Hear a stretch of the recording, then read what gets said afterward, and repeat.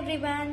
ఎప్పుడైతే నువ్వు ఒకరికి కష్టం వచ్చిందని వెళ్ళి ఎప్పుడు కూర్చుని స్పందిస్తూ ఉంటావో, నీకు కష్టం వచ్చిందన్నప్పుడు ఎంతమంది నీ పక్కన కూర్చుని స్పందించారో ఒక్కసారి ఆలోచించుకో. మనుషులన్నింటి వాళ్ళు సూర్యకాంతి పువ్వు లాంటి వాళ్ళు. ఎటువైపు లాభం వస్తుందంటే అటువైపుకి తిరుక్కుంటారు. ఇది మనిషి ఒక సహజమైన గుణమనే చెప్పొచ్చు. నువ్వు ఏం చెప్పినా నమ్ముతావని వాళ్ళకి తెలిసిందనుకో, పైన నక్షత్రాలని చూపించి నీ జీవితం మొత్తం చీకట్లో గడిపేయమని తోసేసి వెళ్ళిపోతారు. జాగ్రత్తగా ఉండు.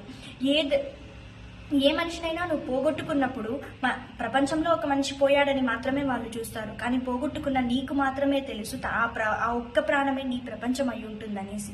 అది పక్కన వాళ్ళకి తెలియదు.